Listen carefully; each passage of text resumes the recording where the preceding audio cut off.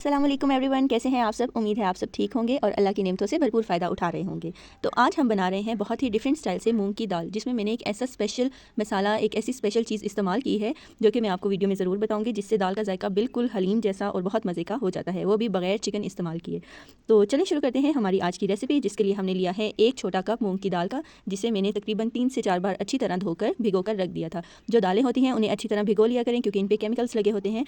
मूंग की दाल बनाने के लिए हमें चाहिए 1 टेबलस्पून नमक, हाफ़ टी स्पून हल्दी एंड तकरीबन 2 चुटकी सुरख मिर्च। इसके अलावा एक प्याज, एक टमाटर और एक हरी मिर्च। और प्याज को हम आधा शुरू में इस्तेमाल करेंगे और आधा बाद में। और इसके साथ ही हमें चाहिए होगा 1 टेबलस्पून अदरक लहसुन का पेस्ट। तो चलिए शुरू करते हैं दाल बनाना। इसके लिए हमने ऑलमोस्ट 2 टेबलस्पून ऑयल ले लेंगे और ऑयल को गर्म होने देंगे। जब ऑयल हमारा गर्म हो जाए, उसमें हम आधा कटा हुआ प्याज शामिल करके उसे फ्राई कर लेंगे। जब प्याज हमारा गोल्डन फ्राई होने लग जाए, तो उसमें 1 टेबलस्पून भरकर अदरक लहसुन का पेस्ट शामिल कर लेंगे और उसे भी तकरीबन 1 मिनट पकाकर उसका कच्चापन ख़त्म कर देंगे।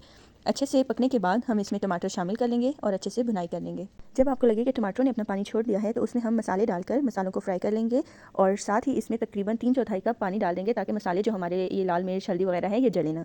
और उसके बाद हम इसमें दाल शामिल कर लेंगे और दाल को अच्छे से फ्राई कर लेंगे तकरीबन 5 मिनट के लिए। दाल की भुनाई के बाद तकरीबन 1.5 गिलास पानी लगा देंगे और फिर हम पानी को उबाल आने देंगे। पानी को उबाल आने के बाद हम कुकर का ढक्कन बंद करके तकरीबन 15 मिनट के लिए इसको छोड़ देंगे। 15 मिनट बाद हम चेक करेंगे अपनी दाल, तो माशाल्लाह माशाल्लाह बहुत अच्छे से हमारी दाल बन गई है, बहुत जायकेदार बनी है।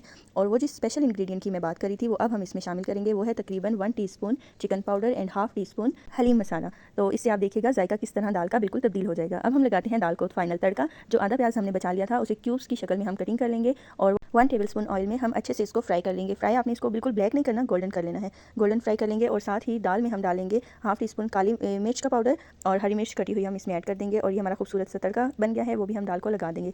तो ये हमारी मज़ेदार सी दाल तैयार है, माशाल्लाह मज़ेदार, बिल्कुल हलीम जैसी। देखने के लिए बहुत शुक्रिया। वीडियो को लाइक करना ना भूलिएगा। अल्लाह हाफ़िज़।